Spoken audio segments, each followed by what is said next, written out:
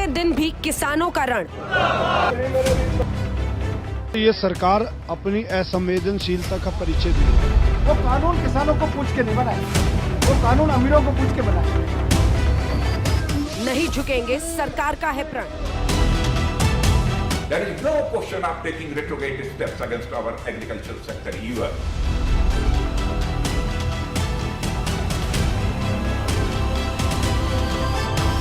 धरने और उपवास में सियासत की आस। जब जब जरूरत पड़ी हम लोग बिल्कुल चट्टान की तरह खड़े होकर हम लोगों ने किसानों का समर्थन किया। विरोधियों को मौका, बीजेपी का चौका। ये अरविंद केजरीवाल जी का हंगर स्ट्राइक नींबू पानी से मिटने वाला हंगर स्ट्राइक नहीं है। ये सत्ता की भूख है, ये कुर्सी से ही मिटती है।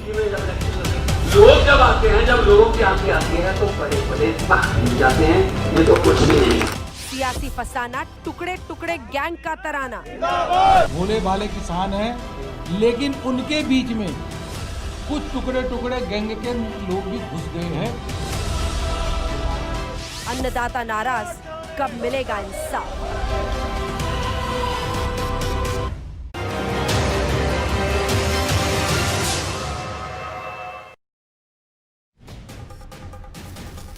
नमस्कार, आप देख रहे हैं हल्ला बोल। आपके साथ मैं हूं अंजना ओम कश्यप। आज 19वां दिन है किसान आंदोलन का। सवाल यही कि सरकार और किसानों के बीच कैसे समझौते की सूरत बनेगी। दिन बीत रहे हैं, समाधान नहीं निकल रहा। किसानों ने आज शाम के 5 बजे तक उपवास रखा। किसानों के साथ आम आदमी पार्टी ने भी रखा। उधर बीजेपी लगातार विपक्ष पर हमलावर है। अब सवाल ये कि कहीं किसानों की समस्या के समाधान में सियासी पेच तो नहीं है। ये रिपोर्ट फिर हमारे साथ खुद जुड़ेंगे पूर्व मुख्यमंत्री महाराष्ट्र देवेंद्र फडणवीस और तमाम मेहमान जिनसे चर्चा करेंगे। ये रिपोर्ट देखिए।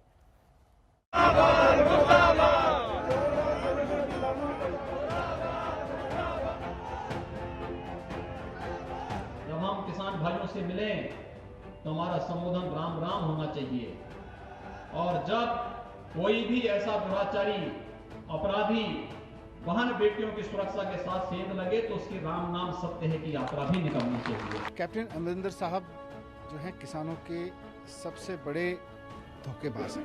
जब लोगों की सुनामी आती है तो बड़े बड़े सियासी पेड़ जड़े होते हैं वो गिर जाते हैं। कैप्टन अमरिंदर जी कह रहे हैं कि ये आम आदमी पार्टी वाले ढोंगी हैं, अरविंद केजरीवाल ढोंगी है। तो अरविंद केजरीवाल जी कह रहे हैं कैप्टन अमरिंदर सिंह सबसे बड़ा बदमाश है। ये आपस किसानों की बात भूल चुके हैं। किसान आंदोलन का आज 19वां दिन है और आज का दिन आर पार के घमासान का है। किसानों ने आज भूख हड़ताल और बीजेपी दफ्तर के घेराव की ताकत भी अपने आंदोलन में झोंक दी। दिल्ली के तीनों बॉर्डर पर कृषि कानून के खिलाफ अन्नदाता अनशन पर बैठ गए। 40 किसानों ने उपवास कर सरकार पर दबाव बढ़ाया, लेकिन समर्थन में सभी किसान सिंगू, टिकरी और गाजीपुर बॉर्डर पर जमे रहे।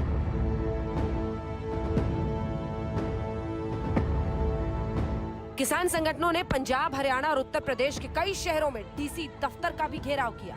करनाल से लेकर पठानकोट, फतेहाबाद से लेकर कानपुर तक कृषि कानून के खिलाफ प्रदर्शन करने कहीं सचिवालय पर उतरे तो कहीं बीजेपी दफ्तर पर। ਸੈਂਟਰ ਦੇ ਵਿੱਚ ਜਿਹੜੀ ਹਿੰਦੁਸਤਾਨ ਦੀ ਗੰਦੀ ਸਰਕਾਰ ਹੈ, ਜਿਨੇ ਕਿਸਾਨ ਵਿਰੋਧੀ ਜਿਹੜੇ ਬਿੱਲ ਪਾਸ ਕੀਤੇ ਆ, ਉਹਨਾਂ ਬਿੱਲਾਂ ਦਾ ਅੱਜ ਆਪਾਂ ਇਸ चीज ਨੂੰ ਵਿਰੋਧ ਕਰਦੇ ਆ। एक तरफ किसानों का संघर्ष है और दूसरी तरफ सियासत भी उपवास पर जोर मार रही है।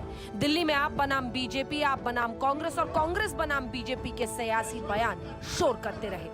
मैंने भी आम आदमी पार्टी के कार्यकर्ताओं ने देश भर में उपवास रख के इन किसानों की मांगों के समर्थन में प्रार्थना की है। मैं उम्मीद करता हूं कि केंद्र सरकार जल्दी अहंकार छोड़ के और ये सारी मांगे किसानों की पूरी करेंगी। फार्म बिल को यहाँ कानून बना के दिल्ली में फिर जाके भूख हड़ताल में बैठना, वो ठीक उसी प्रकार है जैसे ये कांग्रेस वाले, याद है ना, छोले भटूरे खा के जाके भूख हड़ताल में बैठे थे। इधर सरकार में हलचल तो खूब दिखी, लेकिन कोई भी 2 कदम आगे या पीछे नहीं बढ़ा। किसान मुद्दे पर गृह मंत्री और कृषि मंत्री मिले। राजनाथ सिंह ने गलतफहमी दूर करने की बात की। हरियाणा के उप मुख्यमंत्री दुष्यंत चौटाला केंद्रीय मंत्री नितिन गडकरी से मिले। Recent reforms have been undertaken with the best interests of India's farmers in mind. We are, however, always willing to listen to our farmer brothers. किसानों का उपवास तो खत्म हो गया, लेकिन सुलह का रास्ता कैसे निकलेगा, इस पर कृषि मंत्री को सुनिए। आज 10 किसान संगठनों से मुलाकात के बाद उन्होंने ऐलान किया कि 7 राज्यों के कई संगठन सरकार के साथ हैं और ये कृषि बिल नेक काम है किसानों के लिए। मोदी सरकार ने यह नेक काम किसानों के हित में किया है। हम इसका स्वागत करते हैं और इस बिल का पूरा समर्थन करते हैं। दिसंबर के महीने की एक और सर्द रात किसान बॉर्डर पर काटेंगे और सरकार के लिए चुनौती है कि अड़े हुए हैं किसान, कैसे निकलेगा समाधान। आज तक ब्यूरो।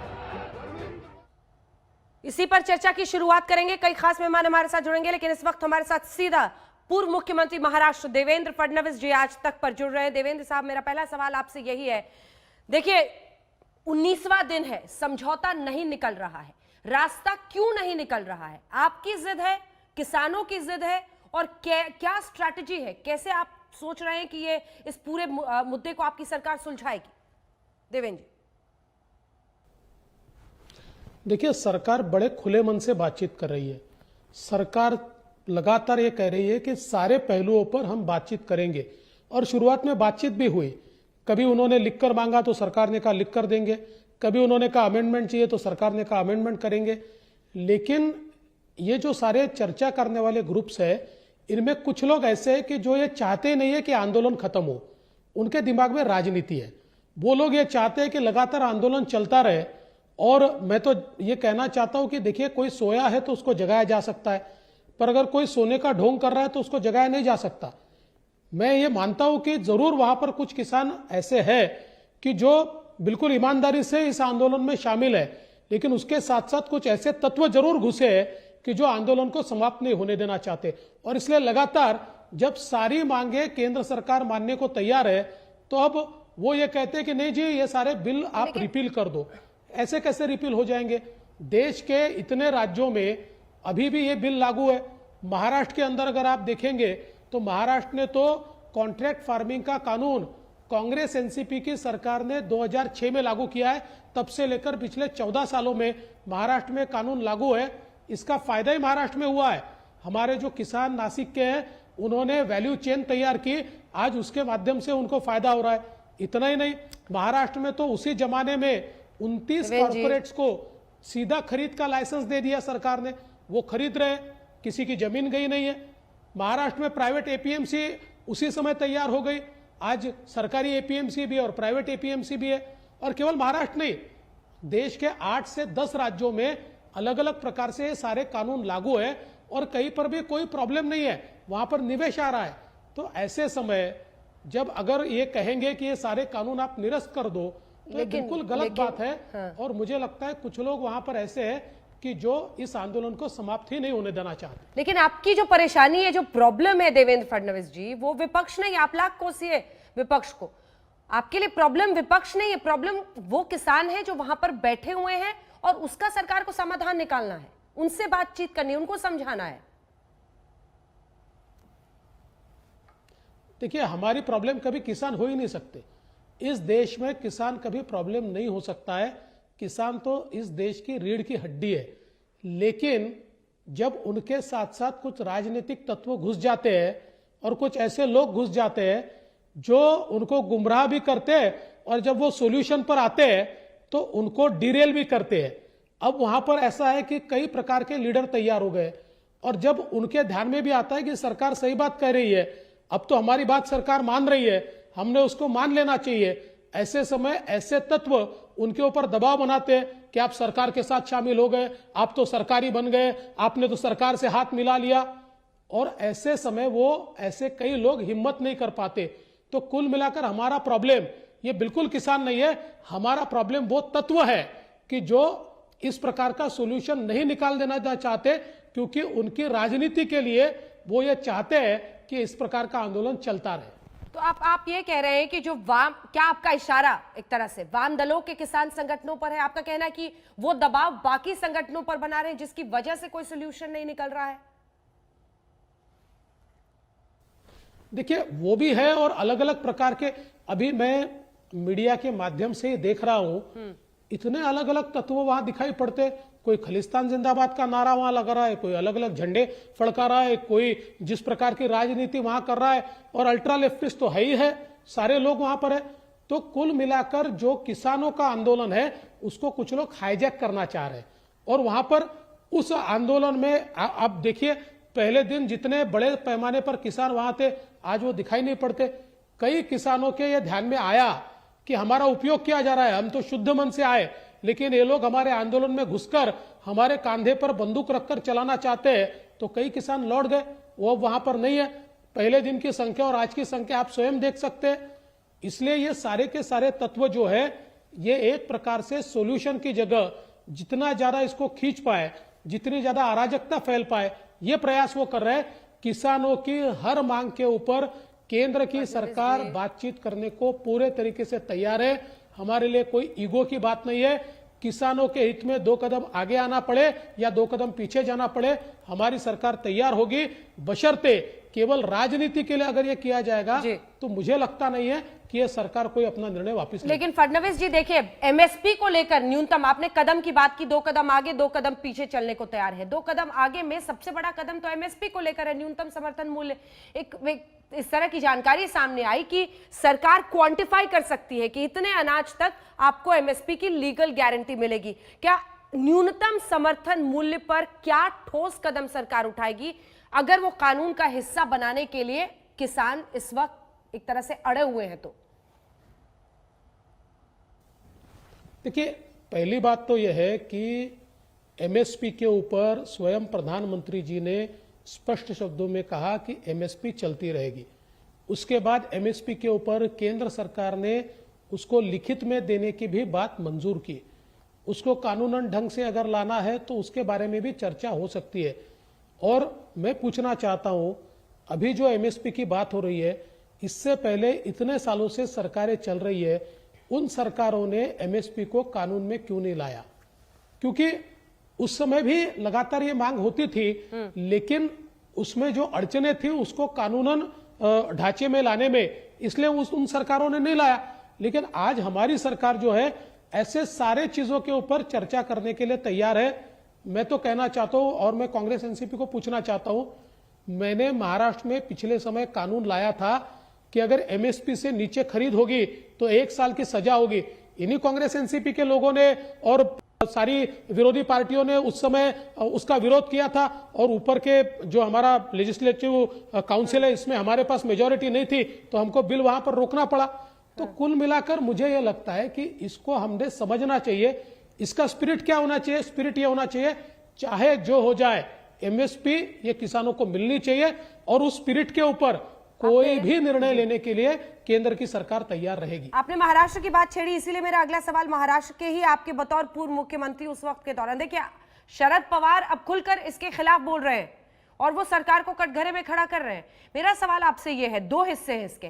पहला यही कि देखिए, एक तो जो महाराष्ट्र के किसान है वो इस आंदोलन में क्यों नहीं शामिल हो रहे हैं, अगर वो सूरत आप समझाएं। और दूसरी तरफ शरद पवार का जो स्टैंड है इस पर, क्योंकि वो इसके खिलाफ है। हालांकि उन्होंने, जब वो कृषि मंत्री थे तब उन्होंने मंडी सिस्टम बिचौलियों को हटाने की बात की थी, लेकिन आज वो इसके खिलाफ है। देवेंद्र जी, देख, महाराष्ट्र के किसान इसलिए नहीं हो रहे कि ये सारे कानून 15 सालों से महाराष्ट्र में लागू है। देखिए, कानून नंबर 1 कॉन्ट्रैक्ट फार्मिंग, ये 2006 में महाराष्ट्र में कॉन्ट्रैक्ट फार्मिंग शुरू हुआ, आज अच्छे तरीके से महाराष्ट्र में चल रहा है। आज इंटरनेशनल कंपनीज, पेप्सी जैसी कंपनी जो फूड में है, वो डायरेक्ट वैल्यू चेन तैयार करके आज माल खरीद रही है और किसानों को उसका फायदा भी हो रहा है। और इसलिए महाराष्ट्र में लोगों के ध्यान में आया कि ये जो बातें कही जाती थी कॉन्ट्रैक्ट फार्मिंग में जमीनें चली जाएगी, ये कुछ भी नहीं हुआ। उल्टा केंद्र सरकार ने तो जो कॉन्ट्रैक्ट फार्मिंग एक्ट तैयार किया उसमें रिजोल्यूशन मैकेनिज्म रखा है। महाराष्ट्र में तो रिजोल्यूशन मैकेनिज्म भी नहीं है, लेकिन उसकी आवश्यकता ही नहीं पड़ी। और दूसरा, ये जो मंडी के बाहर खरीदने की बात जो है, केवल मंडी में बेचना पड़ेगा, इस प्रकार की जो कंपल्शन था, उसमें से जो बाहर निकालने की बात है, वो भी महाराष्ट्र ने 15 साल पहले ही कर दिया। महाराष्ट्र में प्राइवेट मंडियां भी अलाउ कर दी, 28 लोगों को डायरेक्ट लाइसेंस भी दे दिया। जब हम सरकार में थे तो हमने फल और सब्जी को कहीं पर भी किसान बेच सकते हैं, इस प्रकार का प्रावधान किया, जिसका सबने स्वागत किया। आज मुंबई में आप देखेंगे सीधी किसान मंडी लगी है, उनको कोई सरकारी मंडी में नहीं जाना पड़ता, किसान सीधा आकर अपना माल बेचते। और लॉकडाउन के समय तो इतना फायदा किसानों को इस सीधे बेचने के कारण हुआ। और विशेष रूप से जो मैंगो का हमारा किसान है, आम का, कोकड़ का, वो तो ये कहता है कि हमने लॉकडाउन के समय जितना पैसा कमाया ये डायरेक्ट मार्केटिंग के माध्यम से, उतना इससे पहले कभी नहीं कमाया। तो महाराष्ट्र के किसानों को ये पता है कि महाराष्ट्र में सारे कानून लागू होने के कारण उनका फायदा हुआ है, उनका नुकसान नहीं हुआ है। और जहां तक पवार साहब की बात है, आप देखिए पवार साहब के सारे बयान आप देखिए, एक भी बयान में उन्होंने इन जो कानून है उनके तत्वों पर बात नहीं की है। कहीं पर भी वो नहीं कहते कि भाई मंडी के बाहर बेचने की परमिशन देना गलत है या कॉन्ट्रैक्ट फार्मिंग गलत है, क्योंकि अगर आप पवार साहब का आत्मचरित्र निकाल कर देखें तो उसमें भी उन्होंने लिखा है कि मैं बारामती से जब मुंबई की मंडी में माल लाता हूं तो मुझे 17% अधिक पैसा देना पड़ता है जो मेरी गाड़ी कमाई का है, वो मैं क्यों दूं, और इसलिए मुझे कहीं पर भी माल बेचने की परमिशन मिलनी चाहिए।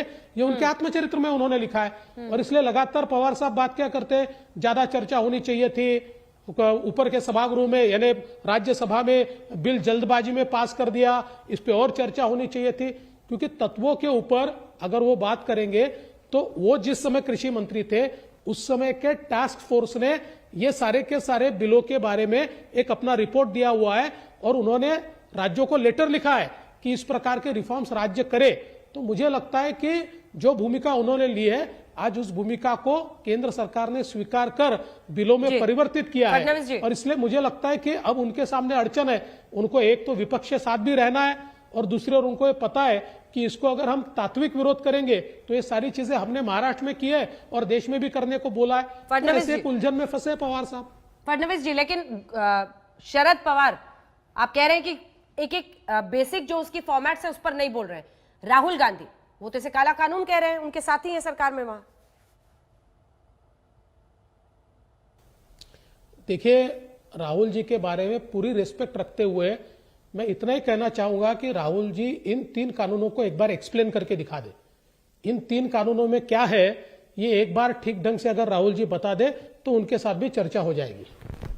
चलिए, आखिरी सवाल आपसे, क्या मोदी सरकार के लिए दोनों ही टेन्योर को मिला ले, सीएए पर विरोध हुआ, हमने डिमोनेटाइजेशन पर भी विरोध देखा, लेकिन पहली बार किसान इस तरह के आंदोलन में अगर बॉर्डर पर खड़े हैं राजधानी के, क्या मोदी सरकार के लिए पहली बड़ी मुश्किल ये दिखाई दे रही है? देखिए, मोदी जी की सरकार के सामने रोज नई चुनौती लाने का प्रयास किया जाता है और उस हर चुनौती को अपनी सकारात्मकता के माध्यम से और निर्णय क्षमता के माध्यम से मोदी जी की सरकार बिल्कुल उसका सामना करती है और उस पर हल निकालती है। ये भी जो आंदोलन हमारे सामने हो रहा है इसमें से भी हल निकलेगा।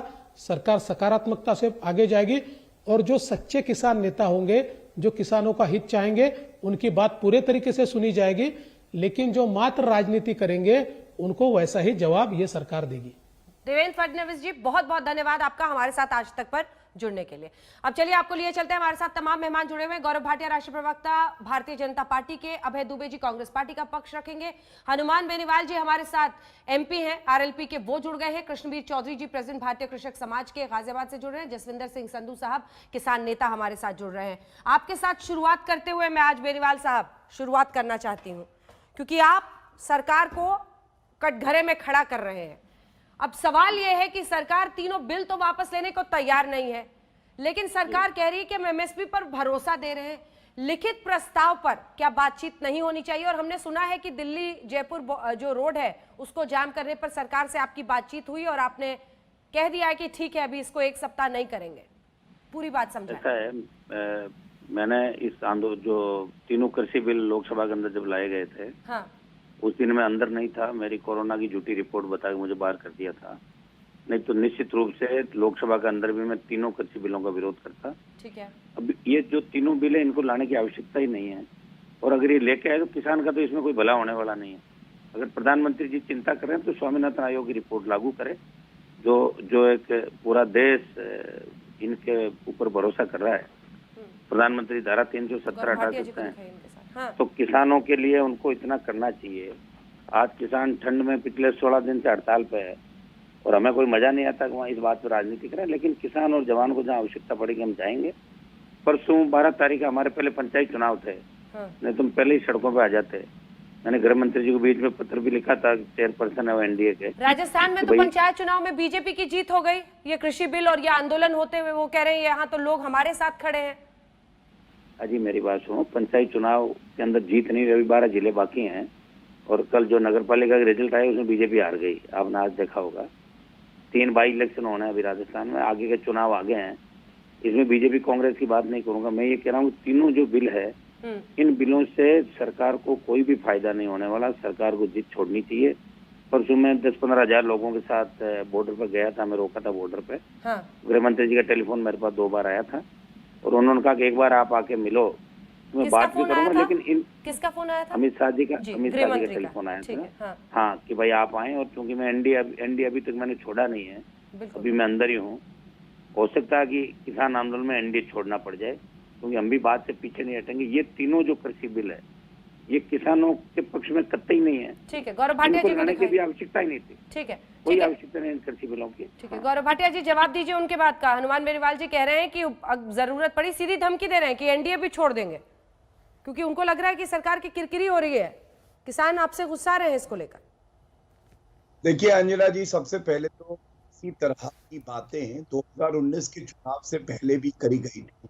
किसान खुश नहीं है, बेरोजगारी बढ़ रही है, जनता ने करारा तमाचा दिया, पक्ष सब देख रहे हैं। लेकिन मैं आज अपना उत्तर 2 भाग में बांटूंगा। पहले किसान भाइयों की चर्चा करूं। श्री नरेंद्र मोदी जी ने एक बात बिल्कुल स्पष्ट कही है कि किसान हमारा सम्मान है, हमारी पहचान है और हमारे देश की रीढ़ की हड्डी है। और ये बात आप भी मानेंगी कि ये ईमानदार सरकार है जिसकी मंशा पे कोई शक नहीं हो सकता है। बातचीत का दौर चल रहा है, आगे भी चलता रहेगा। किसानों की जो भी मांगे होंगी उस पर विचार होगा। लेकिन हाँ, एक बात सरकार ने भी स्पष्ट मांगी है कि आप ये तो बताइए कौन से ऐसे प्रावधान है जिससे आपको दिक्कत है, जिससे कि कोई ना कोई सल्यूशन, कोई हल निकाला जाए। अब मैं आता हूं दूसरी बात पे जो आपने भी अपने चैनल में उठाई। आज हमने देखा अरविंद केजरीवाल जी जो मुख्यमंत्री हैं, शपथ संविधान की लेते हैं, वो धरना प्रदर्शन और उपवास पे बैठे हुए हैं। ये वही अरविंद केजरीवाल हैं अंजना जी जो 23 नवंबर 2020 को एक कानून लागू दिल्ली में कर चुके हैं। तो ये दोहरा चरित्र क्यों? किसानों में और सरकार में तो बातचीत होगी, लेकिन ये जो शोर मंडली है ना, जिसमें उमर खालिद और शर्जील इमाम को किसान बताया जाता है, उनसे कोई बातचीत नहीं होगी। दूसरी बात, संसद में हार गए तो क्या गलियों में इस तरह से आप दिखाएंगे कि राजनीति हो गई? ये मैं राजनीतिक दलों के लिए कह रहा हूँ। राहुल गांधी जी कह रहे हैं किसान अगर आज अपने पैरों पे खड़ा नहीं हुआ तो कभी नहीं हो पाएगा। और किसान राहुल गांधी जी से क्या कह रहे हैं आपको मालूम है अंजना जी? कि आप 51 साल की उम्र तक अपने पैरों पे नहीं खड़े हो पाए तो इसलिए प्रवचन मत दीजिए। जब चर्चा संसद में हो रही थी तो राहुल गांधी जी चर्चा में क्यों नहीं थे? उसकी गुणवत्ता पे बात क्यों नहीं कर रहे थे? प्रावधान दर प्रावधान क्यों नहीं बता रहे थे कि ये हमें कबूल नहीं है, सही नहीं है? ये सब हम लोग कई बार सुन गए। अभय दुबे जी से मैं जवाब लूंगी। जसविंदर सिंह संधू साहब है क्या हमारे साथ? संधू साहब जल्दी से आपके पास इसका जवाब लेते हुए, वो कह रहे हैं कि, और आपने देवेंद्र फडणवीस जी को भी सुना, सबका ये मानना है कि कई जो अल्ट्रा लेफ्ट है वो किसान आंदोलन में जाकर हावी हो रहा है। इस पर आपका क्या जवाब होगा? कृषि बिल सरकार नई वापस ले रही है, वो कुछ लिखित प्रस्ताव है, इस पर कृषि मंत्री ने कहा है कि आप लोगों के जवाब का इंतजार है। चूंकि आप वहीं, मुझे लगता है कि अनशन की जगह से और ये प्रोटेस्ट की जगह से, विरोध की जगह से जुड़ रहे हैं हमारे साथ। संधू साहब बताइए वहां से।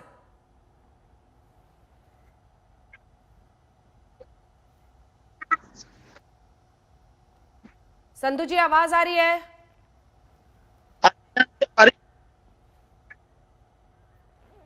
चलिए, आवाज में कुछ प्रॉब्लम है, इसको जल्दी से ठीक करते हैं, इस पर जवाब लेंगे। जल्दी से आपके पास आते हुए अभय दुबे जी, वो कह रहे हैं अब खूब हल्ला कीजिए। जब किसान खुद ही चल लिए, बॉर्डर तक पहुंच गए, उसके बाद से आप लोग उनके कंधे पर, पुराना जो मुहावरा है उनका। प्रधानमंत्री जी पूंजीपतियों को पूजिए मगर किसानों के पेट पर लात मत मारिए। खेतों के हितों में, मेहनत मजदूरी के काम में, फसलों के दाम में कहीं किसान दिखाई नहीं देता आपको। किसान दिखाई देता है तो खालिस्तान में, पाकिस्तान में, गुमराह गैंग में। कितनी शर्मनाक बात है प्रधानमंत्री जी। 19 दिन से कड़कड़ाती ठंड में किसान गुहार लगा रहा है आपसे, सिर्फ फसलों के दाम चाहता है आपसे। वो ये जो उसके पेट में भूख और पैरों में बीवाई है, उसी किसान की बदौलत आपकी सिंहासन की सत्ता में रौनक आई है प्रधानमंत्री जी। अभी फडणवीस साहब को सुन रहा था मैं, अरे पूर्व मुख्यमंत्री है, कुछ तो सच बोलते। जिस टास्क फोर्स की वो बात कर रहे थे वो 26 जून 2001 अटल बिहारी वाजपेयी जी ने बनाया। जिस पत्र को लिखा शरद पवार जी ने वो 2003 का मॉडल एपीएमसी एक्ट था। अटल जी कहते थे कि ये राज्यों का अधिकार है, केंद्र का कानून हम नहीं बनाएंगे। मनमोहन सिंह जी ने भी ये नहीं किया और ठीक कह रहे थे। वो मैं बताता हूं आपको, ये जो इस कानून के 6 के 6 प्रावधान है वो 10 राज्य कह रहे थे नहीं फडणवीस जी, कम से कम 25 राज्य हैं जिन्होंने private market, direct marketing, direct वो तो कह रहे हैं कि जो किसान संगठन आज कृषि मंत्री से मिले हैं वो इस कानून के साथ हैं, वो नहीं चाहते सरकार दबाव में आए, वो ये कह रहे हैं। कौन से सारे किसान? 250 किसान संगठनों ने पहले प्रोटेस्ट किया, आज सारे देश का किसान सड़कों पर है। आपने किया क्या षड्यंत्र? मैं बताता हूं सिर्फ 2 लाइन में आपको। इस हिंदुस्तान का इंपोर्ट, प्रधानमंत्री जी सुनिए, 6223% बढ़ गया 6 सालों में, जबकि प्रोडक्शन 265 मिलियन टन था, वो 290 मिलियन टन तक पहुंच गया। असीमित मात्रा में पूंजीपतियों को इस कानून में संग्रहण की अनुमति दे दी। वो करते क्या हैं? वो ऐसे समय फसल बाजार में उतारते जब किसानों की फसलें आने वाली होती है और प्राइसेस क्रैश कर देते, क्योंकि 94% मैं जवाब लूंगी के हवाले अभय जी इसको विस्तार से डिस्कस करेंगे। संधू साहब ठीक है, जल्दी से पूरा कीजिए सर, एक लाइन। आखिरी बात, ये बार बार जो झूठ परोसा जा रहा है एमएसपी का, प्रधानमंत्री जी हाथ जोड़कर आपसे अनुरोध है, बकौल शांता कुमार कमेटी पढ़िए, सिर्फ 6 से 8% हम फसल समर्थन। ठीक, एक ब्रेक के लिए हमें मजबूरन रुकना पड़ रहा है। कृष्णवीर चौधरी जी आपके पास भी आएंगे, संधू जी भी मुझे लगता है हमारे साथ जुड़ गए। एक छोटे से ब्रेक के बाद हमारे साथ हरियाणा के उप मुख्यमंत्री भी जुड़ेंगे। 2 सवाल जल्दी से उनसे लेंगे, फौरन लौट रहे हैं, आपको बताएंगे सिलसिलेवार ढंग से क्या कुछ आज दिन भर हुआ है, किसान आंदोलन का मुद्दा कहां तक पहुंचा है, देखते। तो समाधान में सियासी पेच है, बहस आप देख रहे हैं। जल्दी से आपको दिखा देते हैं कि आज दिन भर क्या क्या कुछ हुआ है, जिससे आप ये समझ जाएंगे कि बातचीत कैसे आगे बढ़ रही है। किसानों ने दरअसल आज 11 से 5 बजे तक भूख हड़ताल यानी उपवास रखने की बात कही थी। इधर 5 बजे तक किसानों ने भूख हड़ताल किया। आंदोलन का आज 19वां दिन है जो किसान आंदोलन में है। जिला मुख्यालयों पर किसानों का धरना प्रदर्शन हुआ 19वां दिन कई जगह, चाहे वो हरियाणा हो, पंजाब हो, यूपी हो। किसानों के समर्थन में केजरीवाल का उपवास था। आज उनकी पार्टी खुद वो अमित शाह से मिले कृषि मंत्री नरेंद्र तोमर। कृषि मंत्री ने कई किसान संगठनों से भी मुलाकात की, 10 किसान संगठन के नेता से मिले वो, और उन्होंने कहा कि कई किसान संगठन हैं ये अलग अलग राज्यों से जो हमारे समर्थन में है। हरियाणा के एमपी विधायक से मिले कृषि मंत्री, उन्होंने वहां पर भी बातचीत की, और इधर नितिन गडकरी से भी मुलाकात की। दुष्यंत चौटाला हरियाणा के उप मुख्यमंत्री ने, और सीधा वो इस वक्त हमारे साथ जुड़ रहे हैं। आपने आज नितिन गडकरी केंद्रीय मंत्री से मुलाकात की है। दुष्यंत चौटाला जी, मुलाकात हुई, क्या बात हुई? एमएसपी को लेकर, तीनों कृषि बिल वापस लेने को लेकर, अभी भी किसान राजधानी के बॉर्डर पर बैठे हुए हैं, क्या बातचीत हुई, क्या भरोसा मिला आपको सरकार की तरफ से?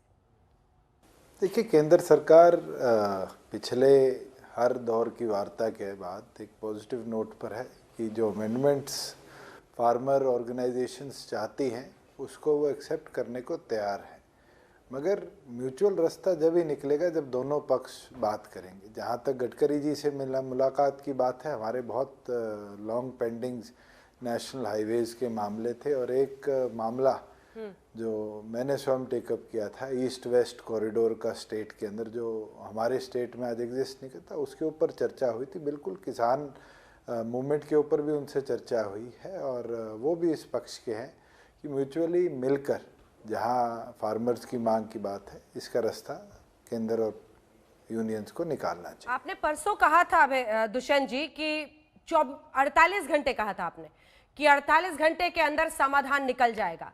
कैसे पता चला आपको, किससे आपकी बात हुई, और क्या समाधान वाकई निकल रहा है? मुश्किल नहीं हो रहा आपके लिए सरकार के साथ टिके रहना ऐसे वक्त पर, जबकि उनके अपने कई साथी छोड़ गए?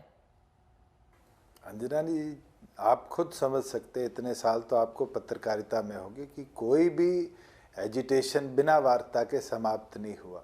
चाहे अन्ना हजारे की मूवमेंट हो, रिसेंटली तो उससे बड़ी मूवमेंट कोई हुई नहीं, पूरे देश भर के अंदर एक बड़ी मूवमेंट चली थी, और उसके बाद भी वार्ता के बाद ही नतीजे निकले थे। आज जो मांगे हैं, मुझे लगता है अधिकतम पर केंद्र सरकार ने लिखित आश्वासन दिया है। अगर कोई एक्ट्स में अमेंडमेंट की बात है, उसके लिए भी केंद्र तैयार है, और मुझे लगता है कि जो 7वें दौर की चर्चा होने वाली है, उसके बाद पॉजिटिव रिजल्ट्स निकलेंगे, जिसके अंदर किसानी का भी भला होगा, और केंद्र सरकार की जो मंशा है वो कहीं ना कहीं किसान के प्रति और फ्रूटफुल होगी। बहुत धन्यवाद आपका हमारे साथ जुड़ने के लिए। जल्दी से, इससे पहले कि मैं आगे बढ़ूं, बेनीवाल जी एक कमेंट मैं आपसे लेना चाहती हूं। धमकी क्यों कि सरकार या एनडीए का साथ छोड़ देंगे? जिसे छोड़ना था वो तो छोड़ के चले गए, शिरोमणि अकाली दल वाले चले गए। मैं अंदर उस दिन लोकसभा में होता तो मैं भी छोड़ के चला जाता, उस दिन था नहीं मैं अंदर। और कल मैं परसों 15,000 लोग लेके गया था बॉर्डर पे। हाँ। और कल हम तारीख तय कर रहे हैं, 7 दिन के अंदर अंदर 2 लाख लोग दिल्ली की ओर कूच करेंगे। हम वहाँ पे सभा करेंगे कोटपुतली और शाहजहांपुर के बीच कोई स्थान पे।